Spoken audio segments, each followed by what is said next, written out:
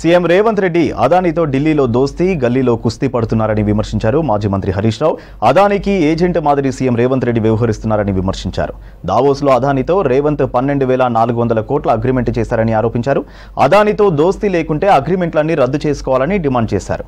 రాజ్భవన్ దగ్గర traffic jam చేసిన CM మీద సివి ఆనంద్ కేసులు బుక్ చేయాలన్నారు హరీష్ రావు. కాంగ్రెస్ పార్టీ ఢిల్లీలో అదానితో వైరం చేస్తూ రేవంత్ రెడ్డి ఏమో గల్లీలో దోస్తానా చేస్తా ఉన్నాడు.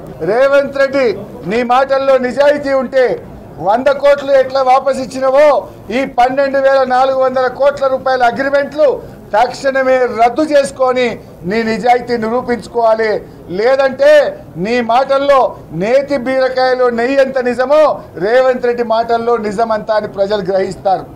నువ్వు బయటనేమో కుస్తీ బట్టటి చేస్తున్నావు, లోపలనేమో దోస్తానా చేస్తున్నావు. అదాని ఈ దేశ పరువును ప్రపంచానికి తాకట్టు పెట్టిండు. ఈ దేశం యొక్క ప్రతిష్ట అదాని మంట కలిపిండు అని రేవంత్ రెడ్డి గారు రాజ్భవన్ ముందు మాట్లాడిండు. ఒకవేళ నీ మాటలు నిజమైతే రేవంత్ రెడ్డి నువ్వు రాజ్భవన్ ముందు మాట్లాడింది నిజమైతే, నీ మాటల్లో నిజాయితీ ఉంటే, ఒకవేళ అదాని ప్రపంచానికి భారతదేశ పరువును తాకట్టు పెట్టిండని నువ్వు అన్నది నిజమైతే, మరి ఆ అదానికి రెడ్ కార్పెట్ వేసి నువ్వు తెలంగాణ పరువు కూడా మంట కలిపినావు కదా.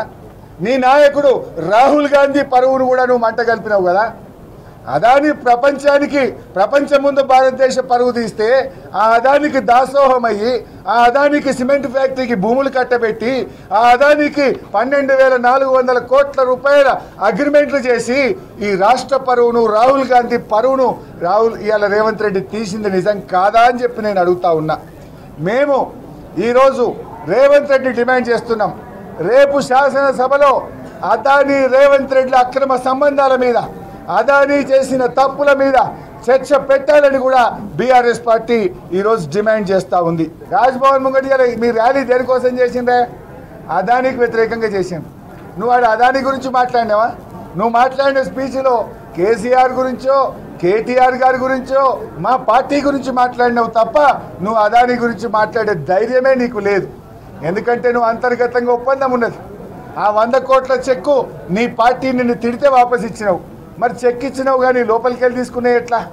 12,000 కోట్ల అగ్రిమెంట్ల సంగతి ఏంది? మరి సిమెంట్ ఫ్యాక్టరీ సంగతి ఏంది? ఇవన్నీ రేపు మాట్లాడదాం అసెంబ్లీలో. దీని మీద వెంటనే చర్చ పెట్టాలని బీఆర్ఎస్ పార్టీ డిమాండ్ చేస్తుంది. ఇలా సీఎంఏ ట్రాఫిక్ జామ్ చేసిండు, ఒక ముఖ్యమంత్రి ఈరోజు ట్రాఫిక్ జామ్ చేసిండు. ఇలా పోలీసులు సివి ఆనంద్ హైదరాబాద్ నగర పోలీస్ కమిషనర్ చట్టానికి లోబడి, రాజ్యాంగానికి లోబడి ముఖ్యమంత్రి గారి మీద, ఆ ధర్నాలో పాల్గొన్న అందరి మీద కేసులు పెట్టాలి కదా. మా మీద చీటికి మాటికి లేని అక్రమ కేసులు వెతికి పెడుతున్నావు కదా సివి ఆనంద్.